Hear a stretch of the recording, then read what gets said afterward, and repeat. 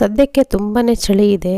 ಈ ಚಳಿಗಾಲದಲ್ಲಿ evening tea ಟೈಮ್ಗೆ ಅಥವಾ ಮಾರ್ನಿಂಗ್ ಬ್ರೇಕ್ಫಾಸ್ಟ್ ಜೊತೆಗೆ ಈ ಥರ ಫ್ರೈಡ್ ಐಟಮ್ಸ್ನ ಏನಾದರೂ ತಿನ್ನಬೇಕು ಅನ್ನಿಸ್ತಾ ಇರುತ್ತೆ ಕೆಲವ್ರಿಗೆ, ಅಥವಾ ಟೀ ಟೈಮ್ ಜೊತೆ ಏನಾದರೂ ಈ ಥರ ಫ್ರೈಡ್ ಐಟಮ್ಸ್ನ ತಿನ್ನಬೇಕು ಅಂತ ಅಂದ್ಕೊಳ್ಳುವಾಗ ಇದೊಂದು ಒಳ್ಳೆ ಟೇಸ್ಟಿಯಾಗಿರುವಂಥ ರೆಸಿಪಿ ಅಂತ ಹೇಳ್ಬೋದು. ತುಂಬಾ ಈಸಿ ಮಾಡೋದು. ಬನ್ನಿ ಆಗಿದ್ರೆ ಈ ಸುಲಭದಂಥ ಸ್ನ್ಯಾಕ್ಸ್ನ ಯಾವ ರೀತಿ ಮಾಡೋದು ಅಂತ ನೋಡೋಣ. ನಾನಲ್ಲಿ ಕಡಲೆಬೇಳೆ ತೊಗೊಂಡಿದ್ದೀನಿ, 1 ಕಪ್ಪಷ್ಟು. 1-2 ಗಂಟೆ ನೆನೆಸಿಟ್ಟಿದ್ದೆ, ನೀರೆಲ್ಲ ತೆಗೆದು ಇಟ್ಕೊಂಡಿದ್ದೀನಿ. ಇದನ್ನು ಒಂದು ಮಿಕ್ಸರ್ ಜಾರ್ಗೆ ಹಾಕ್ಕೊಂಡು ತರ್ತರಿಯಾಗಿ ರುಬ್ಕೊಳ್ತೀನಿ. ನಾನಿಲ್ಲಿ ಪೂರ್ತಿ ನುಣ್ಣಗೆ ರುಬ್ಕೊಳ್ಬೇಡಿ, ಸ್ವಲ್ಪ ತರ್ತರಿಯಾಗಿರಬೇಕು. ಬೇಳೆ ನೋಡಿ, ಸ್ವಲ್ಪ ಬೇಳೆ ಕೂಡ ಕಾಣಿಸ್ತಿರ್ಬೇಕಿಲ್ಲಿ.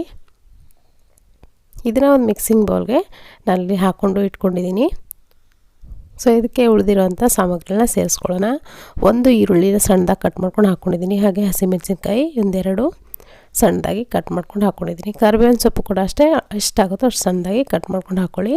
ಹಾಗೆಯೇ ಕೊತ್ತಂಬರಿ ಸೊಪ್ಪು, ಸ್ವಲ್ಪ ಶುಂಠಿಯನ್ನು ನಾನಿಲ್ಲಿ ತುರಿದು ಹಾಕ್ಕೊಳ್ತಾ ಇದ್ದೀನಿ. ನೀವು ಬೇಕಿದ್ರೆ ಸಣ್ಣದಾಗಿ ಕಟ್ ಮಾಡ್ಕೊಂಡು ಕೂಡ ಹಾಕ್ಕೋಬೋದು.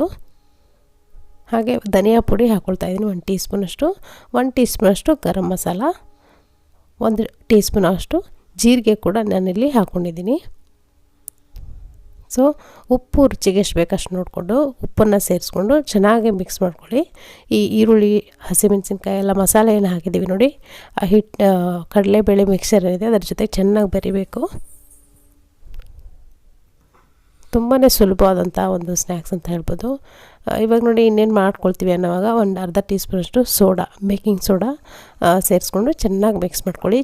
ಒಂದು ಅರ್ಧ ನಿಮಿಷ ಕೈ ಬಿಡ್ದಾಗೆ ಮಿಕ್ಸ್ ಮಾಡ್ಕೊಂಡಾಗ ನಿಮಗೆ ಗರಿಗರಿಯಾಗಿ ಬರುತ್ತೆ ಈ ಸ್ನ್ಯಾಕ್ಸು. ಸೊ ನೋಡಿ, ಕೈಯಿಂದ ಸ್ವಲ್ಪ ಮಿಕ್ಸ್ಚರ್ ತೊಗೊಂಡು ಈ ಥರ ನೋಡಿ ವಡೆ ಥರ ತಟ್ಕೊಂಡು ನೀವು ಫ್ರೈ ಮಾಡ್ಕೊಳ್ಬೋದು. ನಾನಲ್ಲಿ ಎಣ್ಣೆ ಕೂಡ ಕಾಯಕ್ಕಿಟ್ಟಿದ್ದೀನಿ ಪಕ್ಕದಲ್ಲಿ, ಒಂದೊಂದಾಗಿ ಹಾಕ್ಕೊಳ್ಳೋಣ.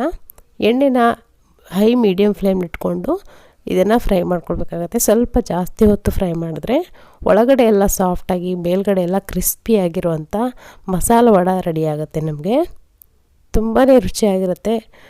ಈ ಚಳಿಗಾಲದ ಸ್ಪೆಷಲ್ ಅಂತ ಹೇಳ್ಬೋದು. ಖಂಡಿತ ಈ ಮಸಾಲ ವಡೆನ ನೀವು ಕೂಡ ನಿಮ್ಮ ಮನೆಯಲ್ಲಿ ಮಾಡ್ಕೊಂಡು ನೋಡಿ, ತುಂಬ ಟೇಸ್ಟಿಯಾಗಿರುತ್ತೆ. ಸೊ ಇವಾಗ ಈ ಥರ ನೋಡಿ ಗೋಲ್ಡನ್ ಬ್ರೌನ್ ಆದಮೇಲೆ ನಾನಿಲ್ಲಿ ತೆಗಿತಾ ಇದ್ದೀನಿ. ಈವ್ನಿಂಗ್ ಟೀ ಟೈಮ್ ಜೊತೆ ಅಂತೂ ಒಂದು ಒಳ್ಳೆ ಕಾಂಬಿನೇಷನ್ ಅಂತ ಹೇಳ್ಬೋದು.